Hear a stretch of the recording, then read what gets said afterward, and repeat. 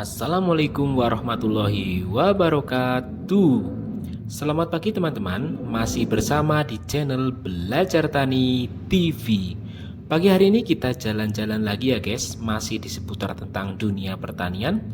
Hari ini kita akan belajar tentang salah satu permasalahan pada cabai. Mungkin di sini sudah tidak asing lagi dengan permasalahan yang satu ini. Permasalahan yang menurut saya sangat perlu diperhatikan dan harus segera dikendalikan. Karena kalau tidak dikendalikan dapat menimbulkan kerugian yang sangat besar dan bahkan dapat menyebabkan kegagalan panen. Pasti sudah dapat dibayangkan ya guys, apa sih permasalahannya? Permasalahannya adalah serangan virus Gemini atau untuk bahasa daerahnya itu biasa petani bilang bulai maupun kuning dan keriting biasanya ya guys. Pada kesempatan kali ini kita akan sedikit mengulas tentang apa itu virus Gemini, tanaman apa saja, bagaimana cara penyebarannya, dan bagaimana langkah yang tepat untuk menanggulangi penyakit ini. Virus Gemini merupakan bagian dari kelompok virus tanaman Geminiviridae. Virus ini menyerang tanaman dari famili Solanaceae seperti tomat, terung, cabai, dan untuk tanaman lain seperti jagung, kacang panjang, dan sebagainya. Virus Gemini menyebabkan penyakit Piper Yellow Leaf Curly pada cabai atau biasa dikenal dengan penyakit kuning atau keriting. Meskipun penyebab dari penyakit ini hanya satu, yaitu kutu kebul, namun gejala yang ditimbulkan pada tanaman beragam, seperti daun keriting, daun menguning, daun kuning berpola, dan sebagainya. Dalam banyak kasus dapat menimbulkan bunga rontok. Ketika bunga menjadi buah pun juga biasanya menimbulkan bentuk buah yang tidak sesuai keinginan, seperti buah kecil, buah tidak sempurna. Kalaupun pada cabai, buah juga tidak dapat seperti pada umumnya, seperti contohnya buah menggulung dan sebagainya. Virus Gemini atau kuning itu ditularkan melalui vektor kutu kebul atau Bemisia tabaci. Ciri-ciri kutu kebul yaitu berwarna putih, ukuran tubuh sekitar 1-1,5 mm, dan pada sayap ditutupi lapisan lilin yang bertepung. Biasanya serangga ini ditemukan pada bagian bawah daun ya guys. Kalau misal kita pengen cek dari kutu kebul, kalau siang-siang maupun sore itu berada di bawah daun guys, biasanya berwarna putih kecil, itu pasti kelihatan.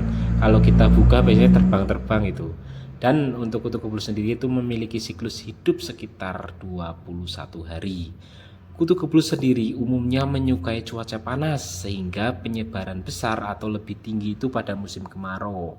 Jadi kalau musim hujan, bukannya musim hujan itu nggak ada, tapi lebih sedikit ya guys, menurut saya lebih sedikit.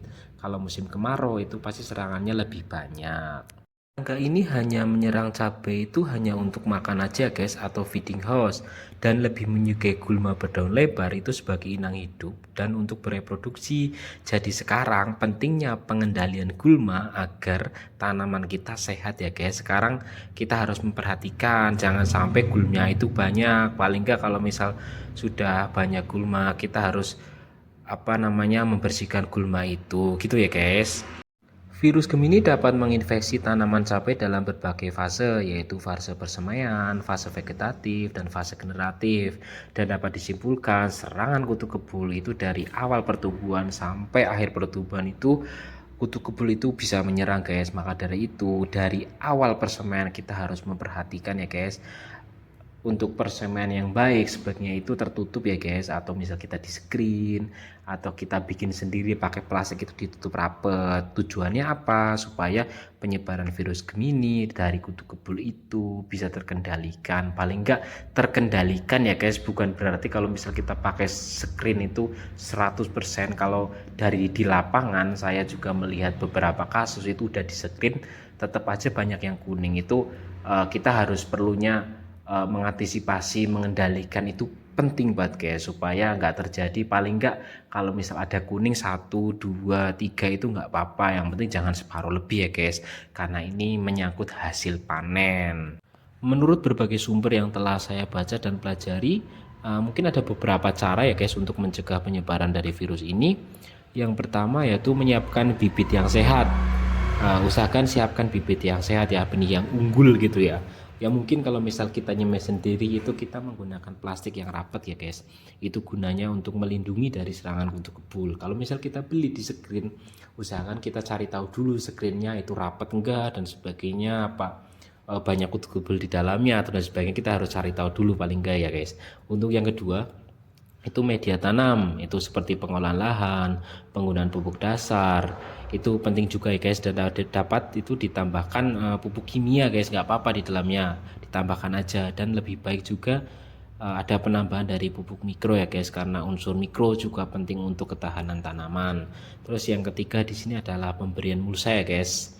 Gunanya apa sih mulsa? Untuk melindungi dari tumbuhnya gulma ya guys, karena inangnya dari kutu kebul itu gulma juga disukai guys untuk bereproduksi. Itu penting guys kalau misal untuk pemberian mulsa. Terus yang keempat adalah jarak tanam ya guys. Untuk jarak tanam itu jangan terlalu rapet, maksudnya untuk mengurangi potensi penyebaran kutu kebul juga guys. Untuk yang terakhir itu paling pemeliharaan tanaman ya guys.